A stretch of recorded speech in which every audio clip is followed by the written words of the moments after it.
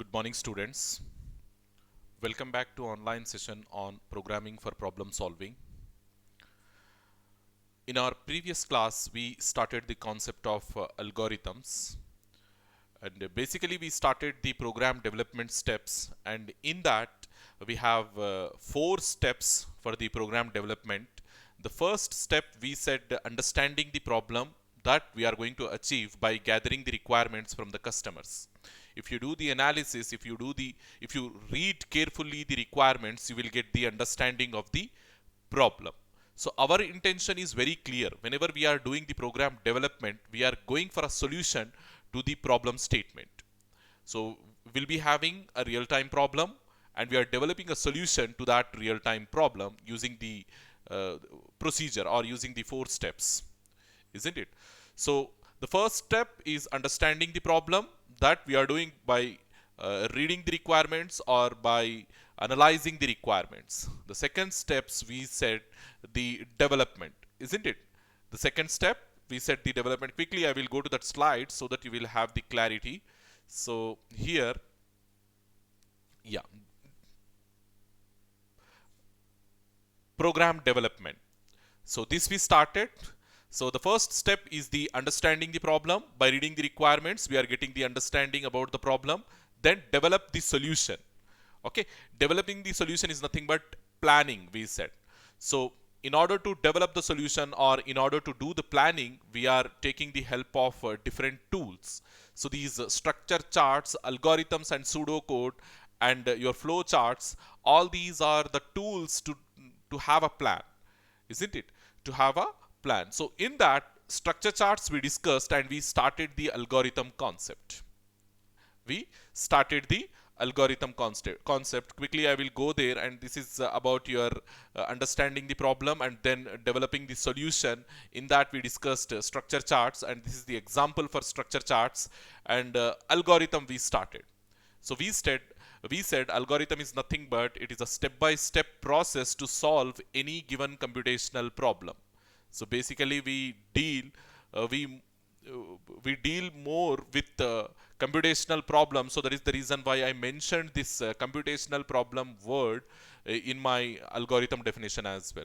So if you see the definition precisely, it is an ordered sequence of unambiguous and well-defined instructions that performs some task and halts in finite amount of time. Halts in finite time. So these things also we discussed in our previous session, and I have given this four-word clarity in this definition.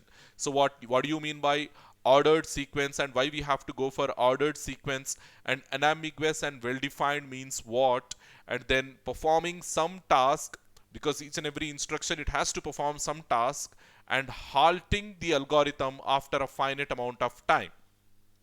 So all these four different words in this definition specifically we discussed, and we also said your algorithm is language independent. So that means you can write your algorithm in any of the language, either your natural language or your native language, whatever language you feel comfortable, you can write the algorithm in that language.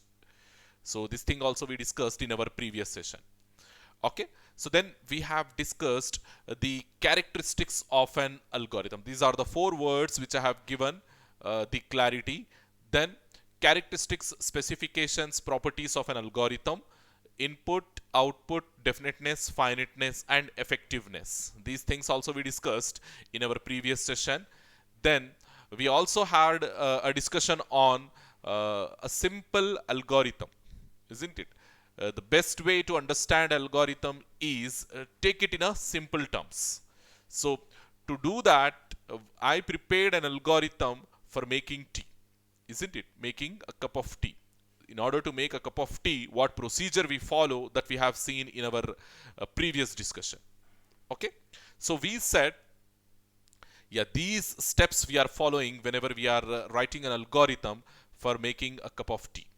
Okay, for making a cup of tea. So as we discussed, all the what we call steps inside your algorithm, they must be numbered, isn't it? They must be numbered so that to have a clarity what step we have to execute first and what step we have to execute next.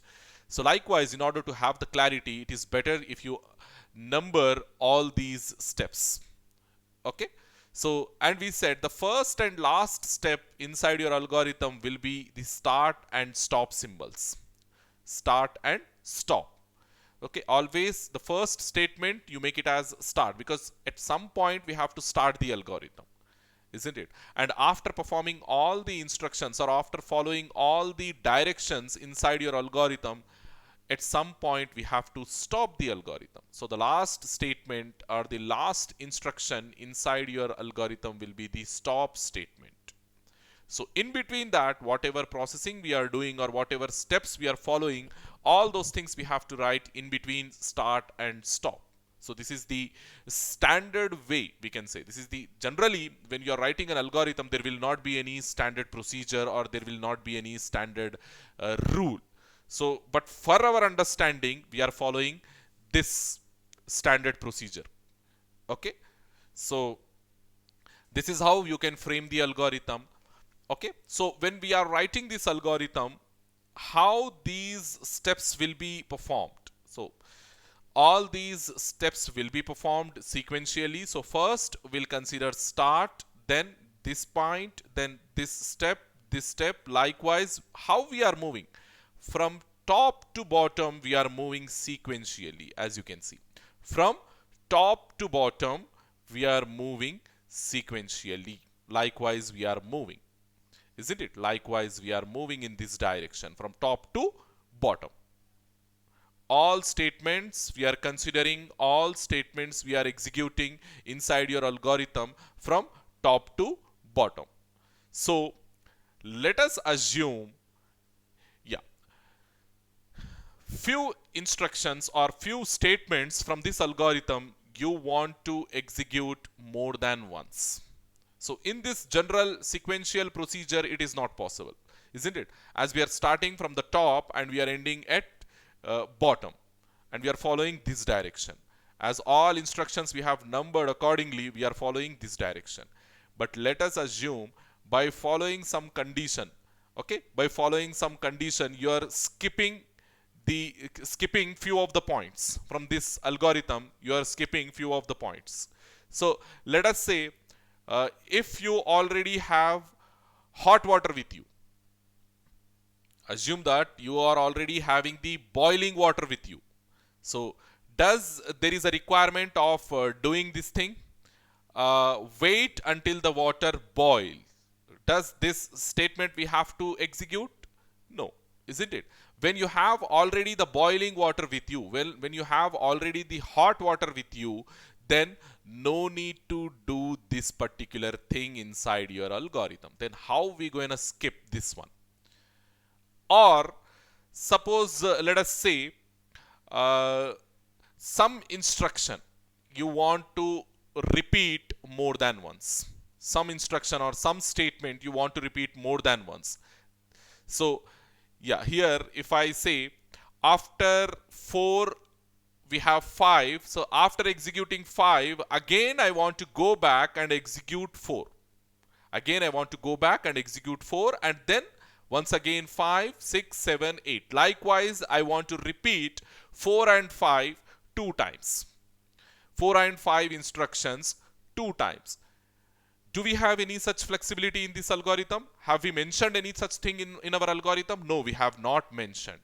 So skipping any part of your algorithm or repeating any part of your algorithm more than once, that also you can do, and that we are going to discuss in our today's concept.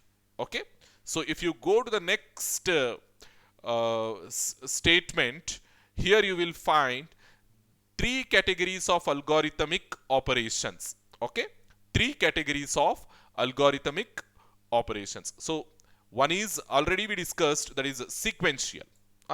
Sequential means from top to bottom without any skipping, without any repetition.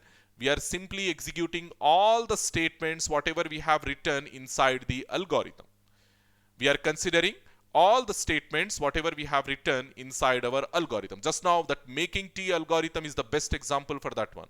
All instructions we are going sequentially and we are executing them in order without skipping anything or without repeating anything.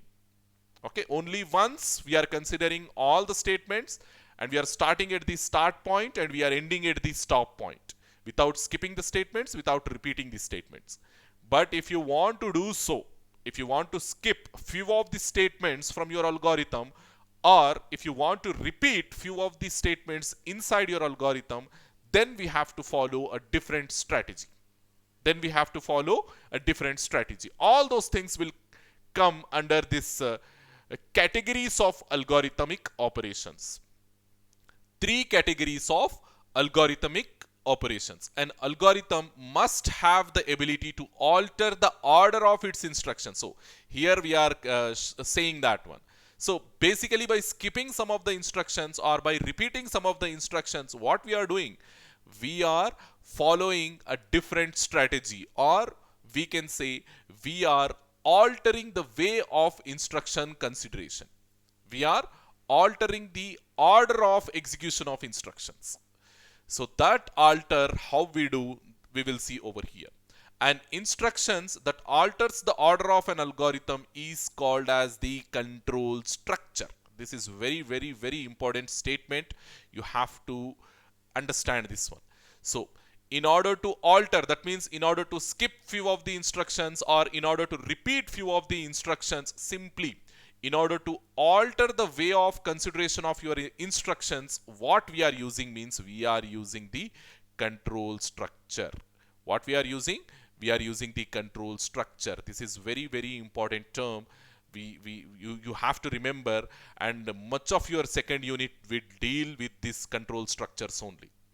Okay, we will discuss these control structures inside your second unit, and almost I can say half of the second unit or a separate chapter will be having in your second unit dedicated to these control structures. Okay, hopefully you understood. So okay, once again I am repeating. In general, without any control structure, your algorithm will be executed in a sequential manner. It will start at the start point and it will end at the stop point without skipping any of the instructions or without repeating any of the instructions more than once. Okay, if you don't have any control structure, means this strategy your algorithm will follow. It will start at the start point and it will end at the end stop point, and it will consider all the statements only once. It will consider all the statements whatever you have written only once, and it will not skip any of the statements. It will not skip any of the statements. But to have that kind of alteration, but if you want to skip any of the statements or if you want to repeat any of the statements more than once, then we have to go for control structures. Okay, then we have to go for control structures. And what are control structures means, we have 3 different types. Okay, 3 categories of an algorithmic operations. That sequential operations, it is no need to discuss. Already by default it will be sequential only. By default all operations will be performed sequentially. Sequential operations, instructions are executed in order. What order you are giving, what numbering you are giving, according to that numbering or according to that order, instructions will be processed. Instructions will be executed. Hopefully you understood. So this is sequential operations. We call them as sequential operation. So if you have sequential operations, no statement will be skipped or no statement will be repeated more than once. More than once. No statement will be skipped or no statement will be repeated more than once. You have to remember this one. If the order is sequential. If the operations are sequential operations, then no statement will be skipped and no statement will be repeated more than once. But when it comes to conditional, we can also call it as selection or question based. So we will ask some query over there. We will ask some question like true or false question over there. If the statement is true, then a particular statement will be considered. If the statement is false, then a particular statement will be skipped. So simply what we do, Conditional or selection statement, it is a control structure.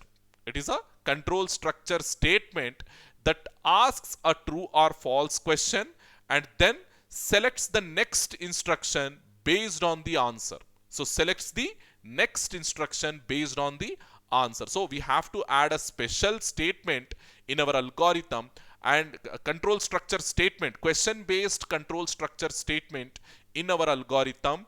And if that question is true, then the next instruction will be considered, or whatever instructions we kept inside that statement will be executed. And if the question is giving false statement, if the question is false, okay, if the answer to that question is false, then those statement or that particular statement will be skipped. Hope you understood. So simply what we do means, we'll ask a question. So here I will show, or else we'll go to the what we call our whiteboard, and here we will see. So what we are doing, we'll ask some question. Just let me take the marker. So we'll ask some question, and this question is going to have only two possible answers. One is true and the other one is false. So we are going to make a block of different statements. Like here, let us say some 3, 4, 5 statements I am keeping inside this block, inside this control structure block. What it is? This is your control structure block. So inside that control structure block, I am keeping statements 3, 4, 5. So if this question, whatever your question you are asking here, if this question is giving true as a answer, then these things will be considered for execution. These things will be considered for processing. And if this question, the same question, is giving a false answer, okay, if this question is giving a false answer, then these statements will be skipped. You have to remember this one. These statements will be skipped. And how we are going to frame that question and how we are going to check the answer, all those things, they are some high level stuff. When it comes in our discussion, there we will see. Okay, when we have a discussion on control statements, there we will see all these things. By that time, you simply remember, we have a flexibility of skipping some of the statements in our program or some of the statements in our algorithm by having such a type of control structure. So then the third category or the third type of control structure is iterative operation. Iterative is nothing but a repetition. So repeating a particular statement more than once. Repeating a particular statement more than once. Okay, more than once in the sense, yeah, here also again we are going to have a loop. So as you can see here, I said loops. For repetitive purpose or for iterative purpose, what we are using? We are using loops. It is also a control structure. Loop is also a control structure that repeats the execution of a block of instruction more than once. Okay, that repeats the execution of a block of statements more than once. So here loop we are keeping, loop is nothing but it is a repetitive statement, isn't it? Repetitive statement. Here we are keeping the loop, and inside the loop block, let us say I am keeping 3, 4, 5 statements, and this loop we are assuming that it will repeat like 4 times. The loop will repeat how many times? 4 times. So whatever instructions we have inside this loop, these instructions will be repeated how many times? 4 times. As the loop is repeating 4 times, these instructions will be repeated 4 times. Okay, so executing a block of statements or executing a single statement more than once will be achieved with the help of these iterative statements, iterative operations, or iterative control structure. How we are achieving this? With the help of iterative control structure, we are achieving the repetition of a statement, repetition of a block of statements. So in this way you remember. The first one, sequential operation, no repetition, no skipping. Then conditional, selection, question asking operations, we are going to skip some of the statements. Then finally the iterative operations or the loops, they will repeat, they will execute the same statement more than once. Same statement or a set of statements more than once. Set means here in our programming terminology we call it as a block. We call it as a block. So a set of statements in the sense a block of statements. We execute a block of statements more than once. All this terminology you have to remember and you have to follow stepwise. Okay. So these are some of the categories of algorithms. So then we have, yeah, here you can see. See, in general, we use all these. So these two are your sequential operations. These two are your sequential operations. And these are your conditional, that is question based, question asking, or selection based. These are your conditional and these are your iterative operations. So to write the assignment operation in our algorithm, see this particular chart you have to fix in your mind. You have to fix in your mind, and when we start writing the algorithm, you will get the clarity, you will get the idea of doing that. So how we gonna do the assignment in our algorithm means, see, we'll take a variable and we'll assign the expression or assign the value whatever you want to assign to this particular variable. So let us say I want to take a variable A. What is a variable? How we are assigning values? All these things we'll discuss. Okay. So suppose if you're adding two numbers, so definitely we have to save one number in a particular variable. So that how we do means A equals to 5. Like this we do. In your mathematics also same thing we follow, isn't it? So your algorithm, your program, it is more related to your mathematics, very near to your mathematics. Okay. Many things will differ, but there is a relation. There is a similarity between your mathematical problem solution and in your C program. There is a similarity. Okay. So next is input output. So whatever values we are reading from the keyboard or whatever values we are displaying on the monitor, that we do with the help of these input output statements. And these input output statements, also the sequential statements, unless they are complexed with any of these control structures. So these things are your control structures. These are sequential and these are control structures, isn't it?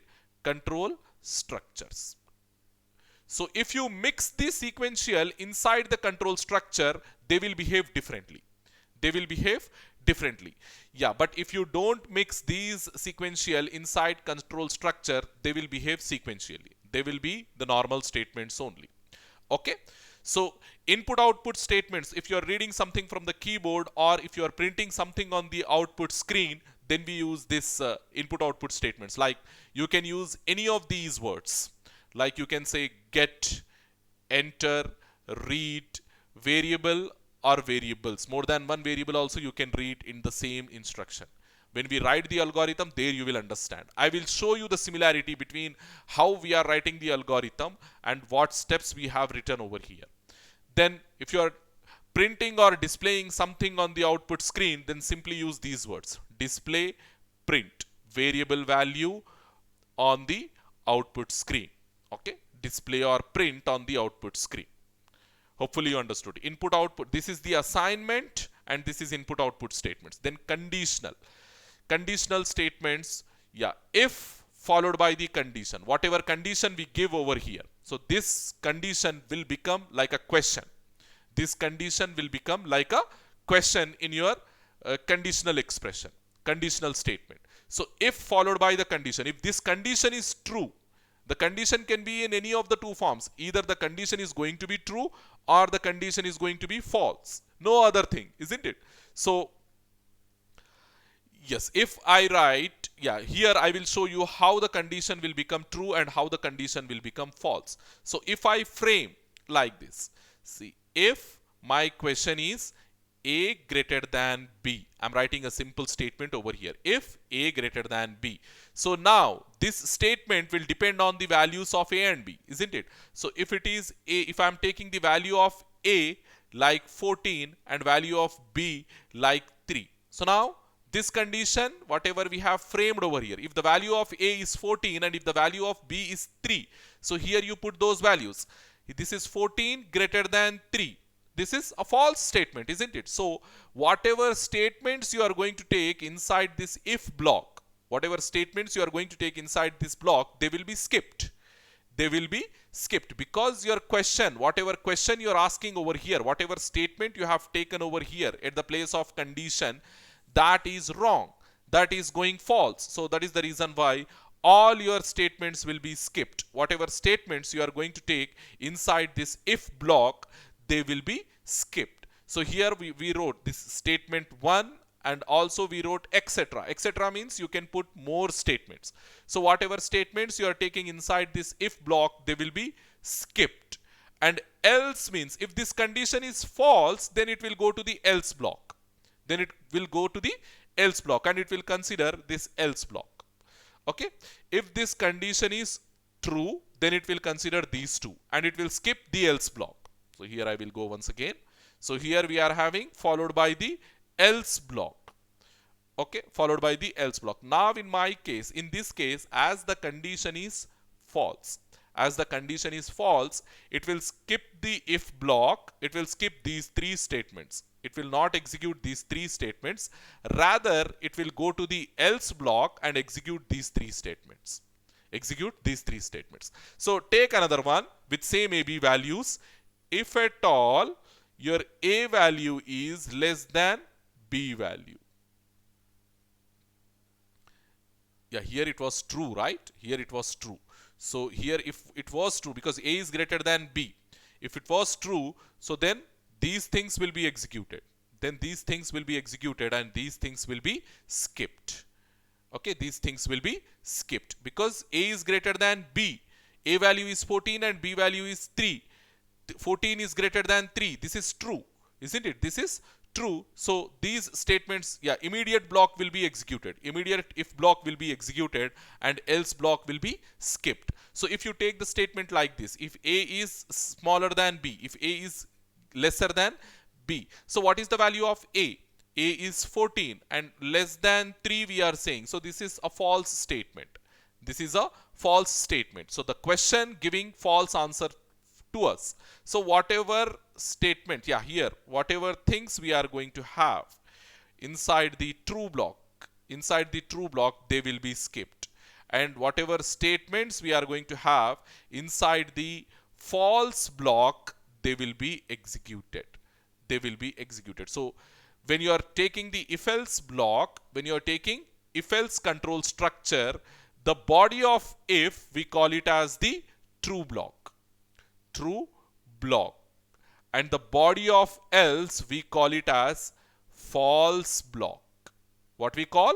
We call it as false block. So when the condition, whatever questionnaire you have asked, whatever question you have given over here, if the condition is going to false, the false block gets executed. If the condition goes to true, the true block gets executed. Hope you understood this one. Okay. In this way, we are skipping, because when the condition is going true, this block, the false block, gets skipped. And if the condition is becoming true, so if the condition becoming false, then the true block gets skipped. Hope you understood. Condition going true, false block gets skipped. Condition going false, true block gets skipped. Isn't it? Condition going false, true block gets skipped. Condition going true, false block gets skipped. So likewise you can remember. So the next statement, next type of statement, iterative statements we have. Here also we'll put a condition. Here also we ask a question. So how many times this thing will get repeated means as long as your condition is true. As long as your condition is true, your body of the loop gets executed. Repeatedly executed, we can say. So I will take the same thing here. So let us say how we are framing the loop. First we write while followed by the condition, and then we put the block of the loop, body of the loop. So let us assume in the first iteration, when the control comes over here, or when our consideration comes over here, what we do, we check this condition. If this condition is true, immediately we execute the body, and again we come back to the condition. Again we check the condition. Second time also, if the condition is true, again we go to the body and execute the body, come back over here. Likewise, we repeat this block as long as the condition is true. So when the condition becomes false, simply we skip this one and we come out. Okay, simply we skip this one and we come out. So it is an iterative statement. Iterative statement, how we are achieving, with the help of a control structure known as while. There are different control structures we have. When it comes in our discussion, we'll have a discussion. So at this stage, at this point, this much of discussion is more than enough. This much of discussion is more than enough. We have three different types of algorithmic operations: sequential, selection based, condition based, or question based, and finally the iterative operations. Okay, so these three operations, hope you understood thoroughly. And even if you have doubts, don't you bother about it, because many times we are going to repeat the same thing in our subject, in our course of study. Okay, so the next thing, yeah, we'll go to the slide and we'll see. Yeah, after this algorithmic operations or algorithm construction, yeah, example of an algorithm usage in real time. This we discussed, like following the recipe of a dish. We have to follow the steps accordingly, isn't it? Whatever steps they are giving in a sequential order, we have to follow in a sequential order only, so that to make the dish ready for us. Okay, so examples, many examples I have given to you. Making the tea example, that is also an we can say the usage of an algorithm. How we can use that algorithm, whatever algorithm I have given over here, how we can use this one by following all these steps according to their numbering, according to the sequential order, isn't it? We can get the T. If you follow all those steps sequentially, we can get the T as an end result of this algorithm. Okay, hope you understood this one. Then how to write an algorithm. Okay, while writing an algorithm, any intelligible statement can be used. So what statements we have to put inside the algorithm means they should have some proper meaning, and they should give some proper output inside your algorithm. Okay, as long as it is understandable by all the concerned parties, whoever is involved in that program development process, or whoever is involved in that application development process, if all the people they are understanding the algorithm, then we can select that algorithm, or then we can select that statement into our algorithm. So any intelligible statement you can put as long as it is understandable by all the parties inside your domain. Okay, so no need to follow any programming language syntax. So when writing the algorithm, as we are not going to compile the algorithm, and as we are not going to check the errors inside the algorithm, so specifically no need to follow any programming language syntax or notations. Okay, so when we are writing the algorithm, no need to follow any programming language notations or programming language syntax. There is no fixed syntax for writing the algorithm. Many times I explained this one. From starting point, from when we started this algorithm, many times I repeated this one. There is no specific syntax, no specific notation, nothing for writing the algorithm. Okay, any language can be used to write the algorithm. As I said, yeah, any language with optimal mathematical notations, optional mathematical notations. Okay, even if you feel there is a need to put the mathematical notation, then only you put. Otherwise, no need of using even the mathematical notations as well inside your algorithm. And specifically, there is no need of any programming language or any natural language when writing the algorithm. You can use any of the language. Okay, so in general, in our practice, in our understanding, because we know English very well, and because we know because we have the mathematical knowledge, when we write the algorithm, we use English with mathematical notations. To write an algorithm, what strategy we follow? We follow the English language with mathematical notations. Okay, with mathematical notations. So Yeah, an algorithm can be designed to get a solution of a given problem. Yeah, why we are designing the algorithm means to get a solution for a given problem. A problem can be solved in more than one way. I have given the example.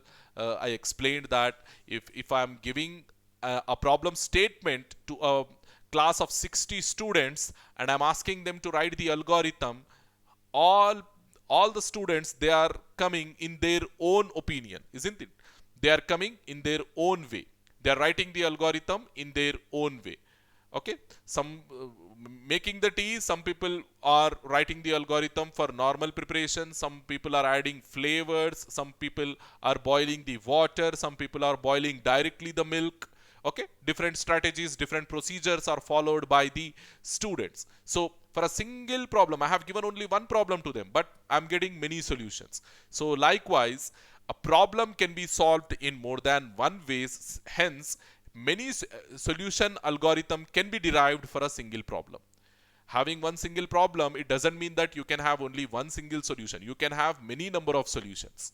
Okay, any person with domain knowledge, then who will write the algorithm? In the sense, any person with domain knowledge. Domain knowledge is very important.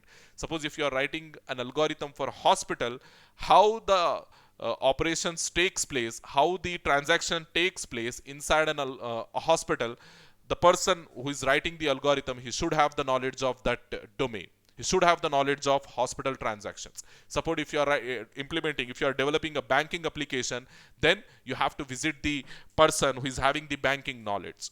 Okay. So likewise, any person with domain knowledge can write the algorithm. There is no need of any programmer, or there is no need of any system analyst or system developer.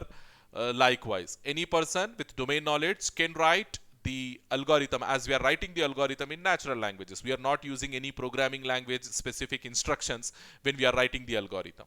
Okay, hope you understood these things. How to write the algorithm, in the sense, all these statements you have to follow. Okay, then we discuss a few of the algorithmic examples. Okay, I will give the problem statements, and as it is a non-interactive class, okay, I only develop the solution, but you try to do, okay, you try to do the same thing on your paper, okay, on your running notes. So algorithmic examples are in short, algorithm examples. If it is an interactive class, means I would have given this to you as an homework, or I would have monitored you people while you people are writing, or while you people are writing the algorithm. If it was an if it is an interactive class means, but as it is an online class, we don't have that much flexibility. So I only write the algorithm, you simply follow, you simply monitor. Okay. So the first problem statement what we are taking over here is design an algorithm. So read the problem statement carefully and try to understand the problem statement carefully. So what it is, design an algorithm to add, subtract, multiply, divide, and to find the remainder of two numbers and display the result.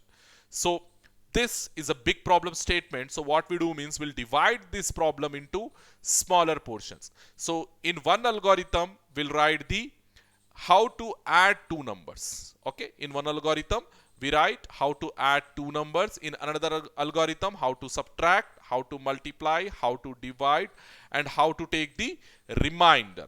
All these things we do step by step. Okay, all these things we do. Just give me a second.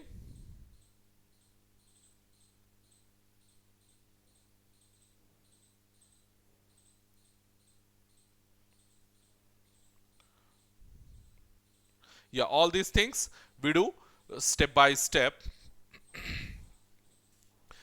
So in the first case, what we have to do, we have to write an algorithm for adding two numbers. So again, I will go to the whiteboard. So now, what is our requirement? We have to write an algorithm for adding two numbers. So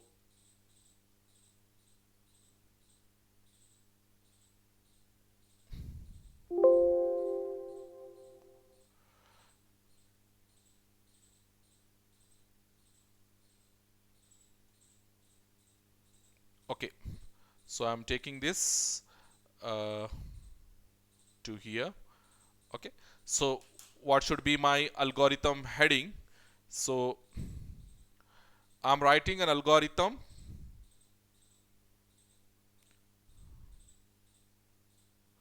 for adding two numbers. So stepwise numbering we will give. So the step 1, so like this you follow. Step 1 will be as usual your starting point. Here you have to start. Then collect all the ingredients, that is nothing but input. Take the input. So before taking the input we have to declare the input. So that we do over here. Step 2 is declare. See, when we are performing the addition of two numbers, adding two numbers, we generally needs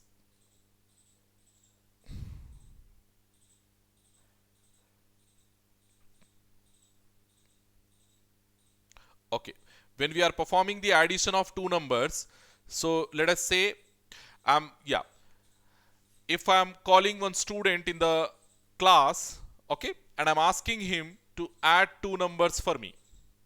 Simple, try to understand in a simple manner. I'm asking a very basic question, very simple question to a student in the classroom to add two numbers for me. So immediately what will be his response? He will ask me, sir, give me those two numbers. Isn't it? If I don't give the numbers, how come he's going to add? Isn't it? What result he is going to give? Isn't it? So immediately he will ask me to give the numbers. So I'm giving those two numbers to them. Let us assume I'm giving the first number as 10. Okay. Then what the student will do? He will take that number and he will remember that number. Isn't it? He will remember that number. So how he will remember? He will store that number in his temporary memory, in his mind, we can say, in his memory, we can say. So then I am giving the second number, that is 20 I am giving. So again what he will do? He will remember that number as well, 20. So finally he will add those two numbers, 10 and 20. So he will get 30 as a result. So that 30 output he will give. Okay, he will pronounce that 30 to me so that I can get the answer. Isn't it? Your computer will also do the operations in that same way. So before doing any calculations, before doing any transactions inside a computer, you have to give the input. So when we are adding two numbers over here, what we have to do? We have to give those two numbers to the computer. Then how the computer will remember those two numbers? By storing those two numbers in its memory. Computer will also have the memory, isn't it? So what it will do? Whatever numbers we are giving, it will store those two numbers in its computer memory, in its memory. So let us say I'm giving the first number. Yeah, in that same way, I'm giving the first number as 10. So what he will do? He will declare a variable. Variable is nothing but a memory location. Inside the computer's memory, variable is a memory location. So to store the value, whatever I am giving to it, whatever value I am giving to the computer, to store that value, it is declaring a memory location. It is taking a memory location. Okay, declaring is nothing but it is taking into consideration. So let us say I am giving some value 20. So what the computer will do this 20, with this 20, it will store that 20 by declaring a variable. So we are calling that variable as num1. Okay, num1, and it will store the 20 value inside this num1.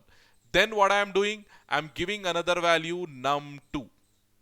Num2 like 10. It stores that num2 into this num2 variable, num2 memory location.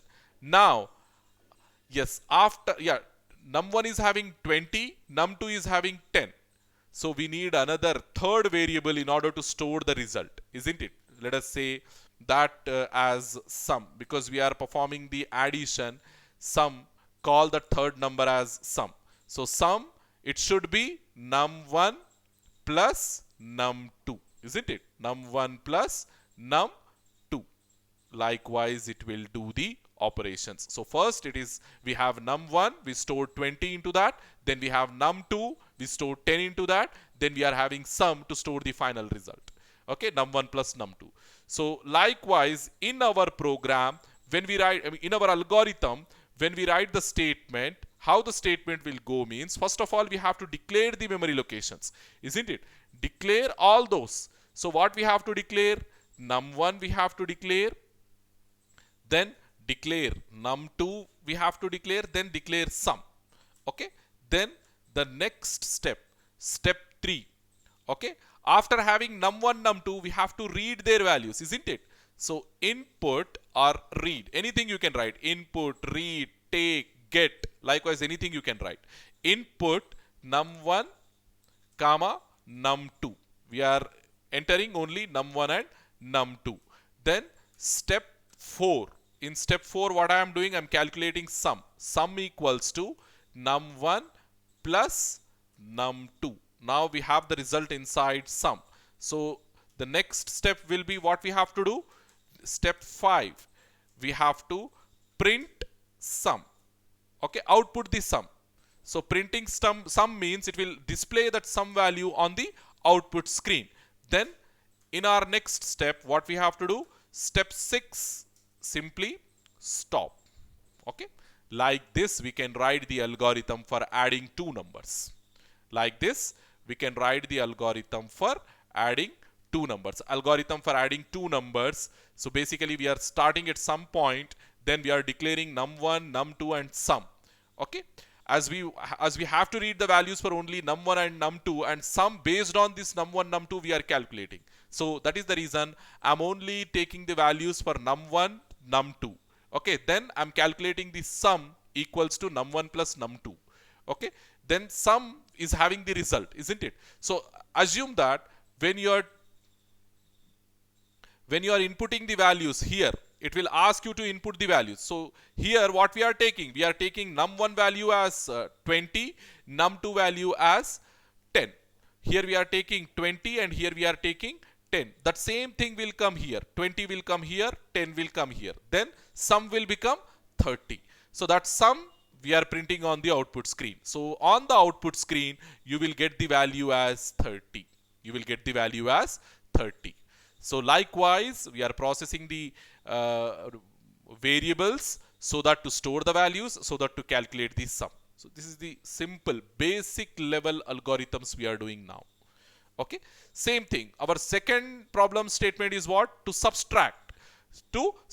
So how we can subtract? Simply what we have to do here, this particular symbol you have to change. In place of this plus, you have to put the minus, isn't it? You have to put the minus. Then the next one, multiply, same thing. Yeah, check your keyboard. We don't have any multiplication symbol as we use in mathematics. This is your multiplication symbol. And don't put X. Okay, don't put X and assume your program will calculate the multiplication. Yeah, we have to use this star symbol, asterisk. We call it as asterisk symbol. We have to use this asterisk symbol whenever you want to perform the multiplication. Okay, to perform the multiplication we are using this asterisk symbol. Okay, so this star for multiplication and division, this symbol we use. Okay, a divided by b or num1 divided by num2, likewise we use. So to get this asterisk symbol, what we do, press shift followed by 8. Okay, 8, numerical key 8. Okay, if you check the 8 key on your keyboard, on top you will have this star symbol, asterisk symbol. Okay, then to have this division we have a separate question mark key on your keyboard. If you press that one, it will perform that division. Okay, so likewise we write the algorithm. Okay, so addition we have seen, subtraction simply change that symbol. Okay, multiplication we have to use star symbol, division symbol.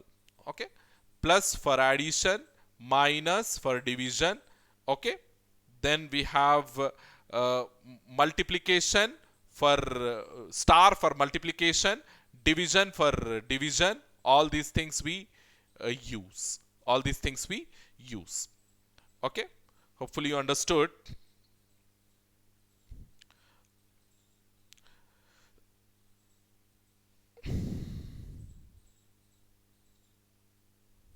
Hopefully you understood.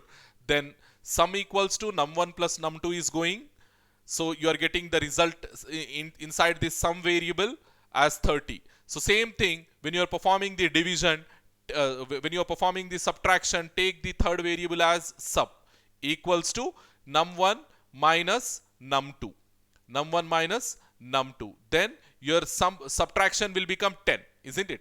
Then when you are performing the division, take div. Okay, division num1 divided by num2. Okay, num1 divided by num2. Then when you are performing the multiplication, take mul.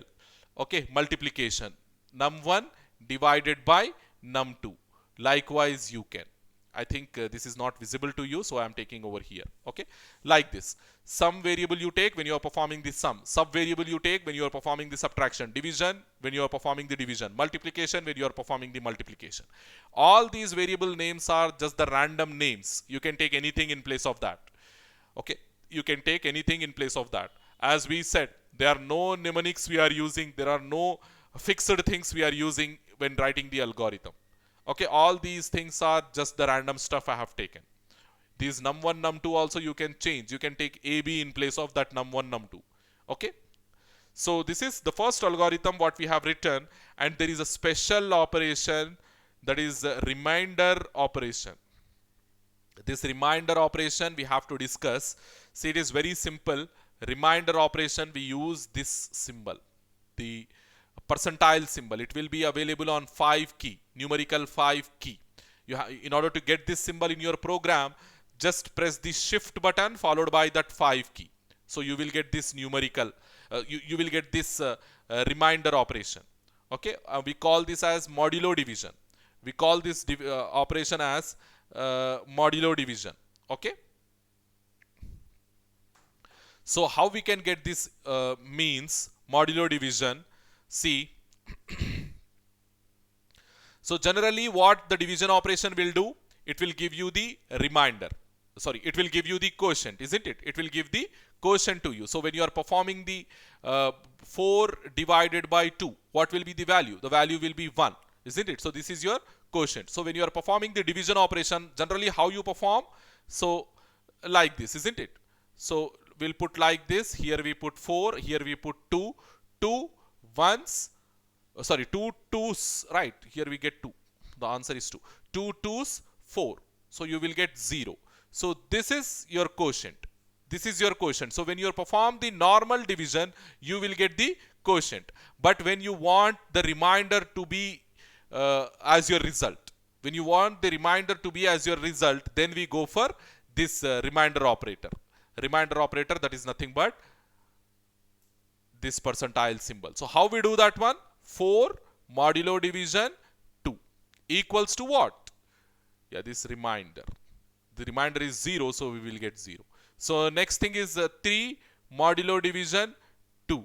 What will be the answer? 3 modulo division 2. What will be the answer? Yeah, perform the division.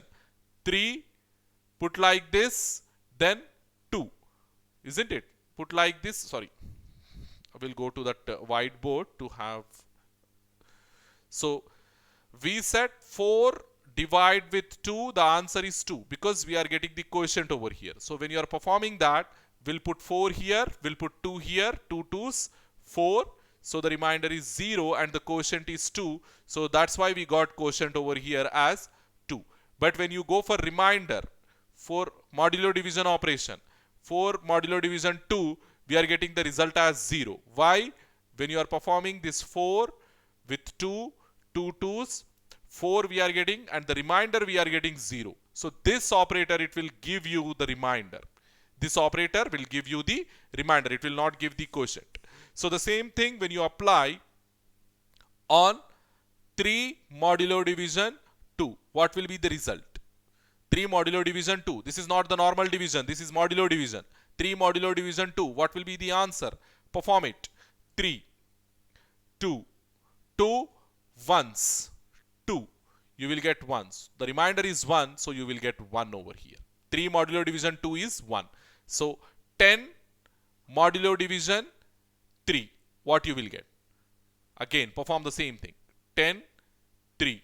3 threes, 9. Okay, what will be the result? 1. So this you will get over here equals to 1. Likewise, 11 modulo division 3. 11 modulo division 3. What will be the answer? 11 you put here like this, 3. 3 3s 9 once again. Remainder is 2. So you will get 2 over here. So like this. Modulo division operator, it is very important operator. We are going to use many times in our programming, and again I am not going to explain this one. Modulo division. Okay. Modulo division operator, you have to remember it. Okay. So the next problem statement, if you see, yeah, this already we did. Simply we have to replace this plus symbol in order to get the other. So the next problem statement, okay, we'll see in our next class. Already it is 1 hour, I believe. So we'll see in our next class. The next problem statement we'll see in our next class. Thank you very much, students.